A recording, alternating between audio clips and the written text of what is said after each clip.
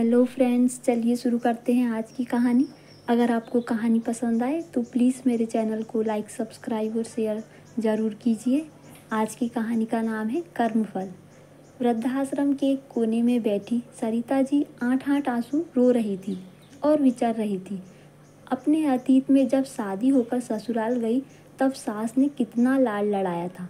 बेटी से भी ज़्यादा हर वक्त उनकी ज़ुबान पर सरिता सरिता होता था।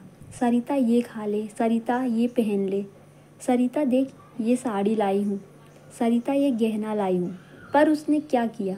ससुर के स्वर्गवासी होते ही पहले सब कुछ धोखे से अपने नाम कराया और फिर सास की रोटी तक उसे भारी लगने लगी थी।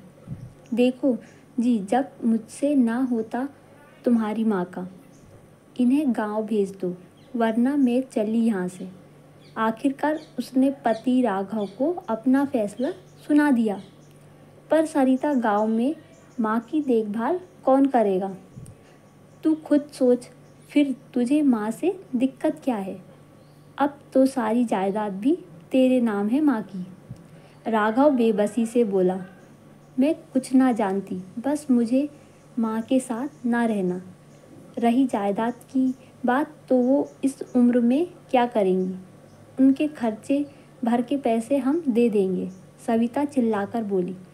माँ बेचारी आंसू बहाती सब सुन रही थी।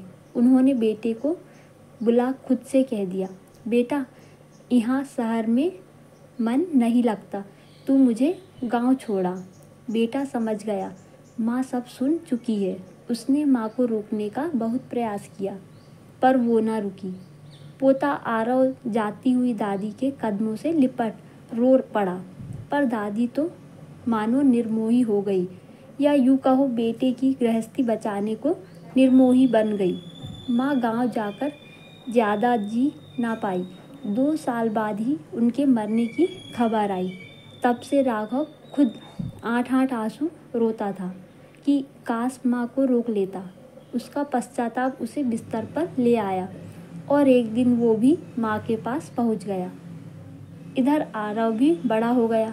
कुछ समय बाद उसका भी विवाह हो गया और बहू अंकिता घर आई।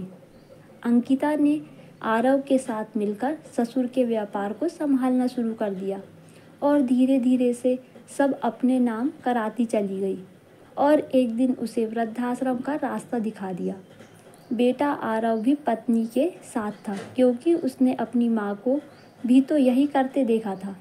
सरिता जी वृद्धाश्रम पहुंची तब उन्हें एहसास हुआ कि उन्होंने खुद अपने लिए बबूल का पेड़ बोया है तो उस पर आम कैसे उग सकते हैं। यही सोच सोच वो पश्चाताप की आग में जलती रहती और अपनी दिवंगत सास और पति से माफ़ी मांगती रहती।